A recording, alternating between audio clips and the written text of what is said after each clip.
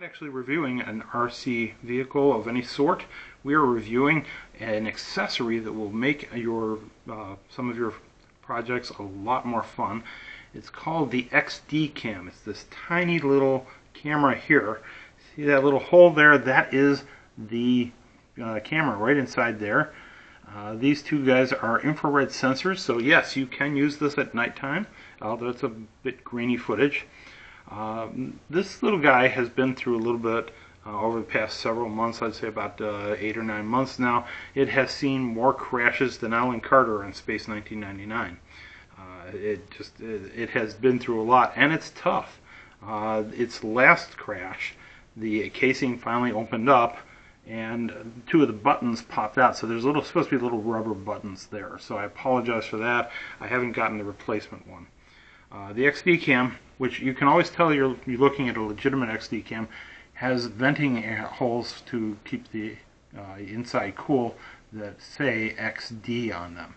That's your official way to recognize it. This camera shoots at 1920 by 1080, so you get a nice sharp picture with 30 frames per second, which is good. It's not phenomenal, but it is good. And it shoots at I wrote it down here, 17,665 kilobits per second bit rate. So pretty decent. Not phenomenal.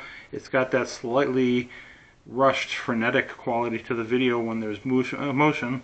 It's not as smooth as, say, a 60 frame per second, like the camera I'm using at the moment, but very serviceable. Now, how would you apply something like this? And why would you want this? Because a lot of quadcopters especially come with cameras built in. As an example, this fellow here has a camera here, and it works. It's a single axis, it's a basic camera. Problem is, I don't know if you know this, but a lot of times, if you've flown, especially on the lower end, but sometimes even on a higher end than you would think, if you've flown a camera and it's just regular Wi-Fi connection to your phone app, you will have fuzzy image, not as sharp an image, not as good an image as you want. And sometimes you might want a better image from flying. So that's why now this is I've had this thing for close to a year now, the Fly Vista, which was my first brushless motor drone, and I've come quite a way since then.